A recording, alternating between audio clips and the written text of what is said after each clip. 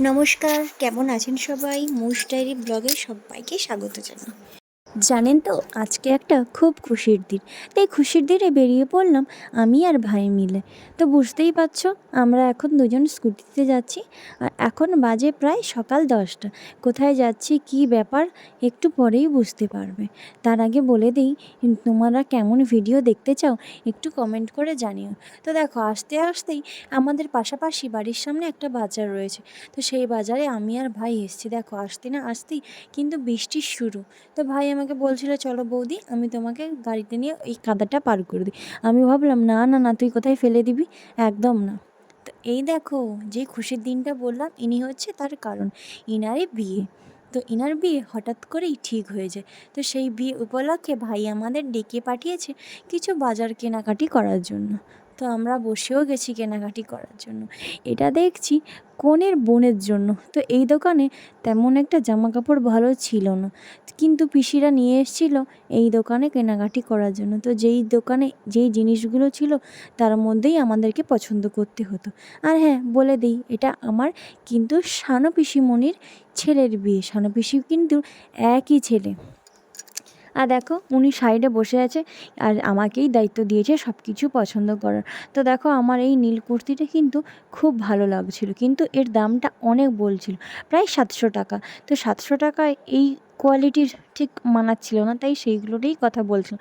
কিন্তু শেষমেশ আমরা এইটার লাল কালারটাই নিয়েছিলাম, কারণ এটা ছিল ডাবল এক্সেলের। আর মেয়েটা রোগা হওয়ার জন্য আমরা এম সাইজের খুঁজছিলাম। তো এম আর এক্সেলের মধ্যে কত পার্থক্য বুঝতেই পারছিলে। তার মধ্যে কিন্তু লাল সাইজটাই একমাত্র একটু ছোট ছিল।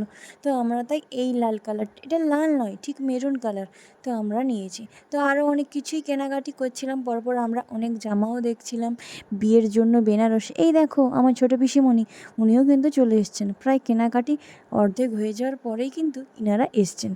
আর এইখানে বরমশাই ফোনে কথা বলছে। আর এখানে দেখো, কোট বরের কিছু জামা, কোট বরের নয়, যারা খই পোড়াবে বলেছিল 5 বছরের ছেলের মাপে জামা।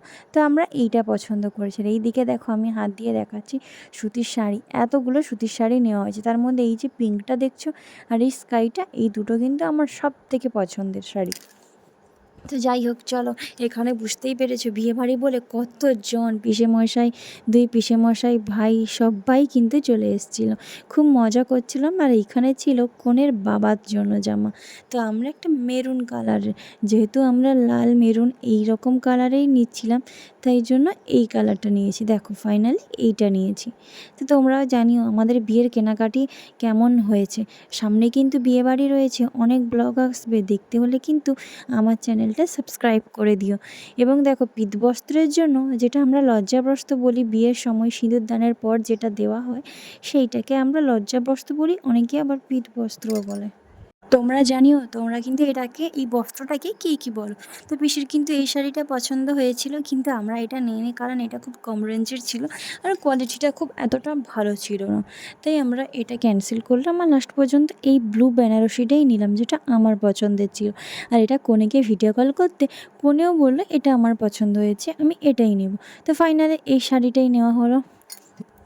তো চলো, অনেক কথা বলে ফেললাম। সকাল থেকে বেরিয়েছি, কোনো কিছু কিন্তু খাওয়াই হয়নি। মাঝখানে পিসেমশাই আমার জন্য 2টো চিপস এনেছিল, ওটাও কিন্তু আমরা খেয়ে নিচ্ছি, ওটা কিন্তু তোমাকে আমরা দেখাতে পারিনি। তো তোমরা কিন্তু জানিও এই শাড়িটা কেমন লাগছে।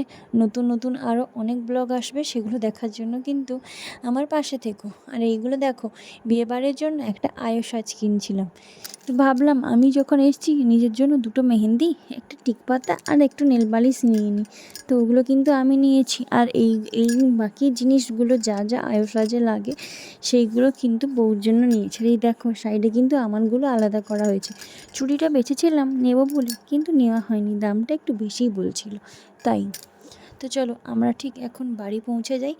তো এইগুলো দিয়ে বাড়ি পৌঁছে আবার আমাদের যেতে হবে বাড়ি। তো দেখো, দুপুরবেলা পিসির বাড়ি থেকে বিকেলে বাড়ি ফিরছিলাম। দেখো, পিসির বাড়ির রাস্তার পরিবেশটা খুব সুন্দর, রাস্তাটা খারাপ হলেও পরিবেশটা কিন্তু খুব সুন্দর লাগছিল দেখতে। তো চলো, গল্প করতে করতে চলে এলাম আবার বাড়ির কাছে। ফিরবো নতুন একটা ব্লগ নিয়ে, ততক্ষণ তোমরা সুস্থ থেকো।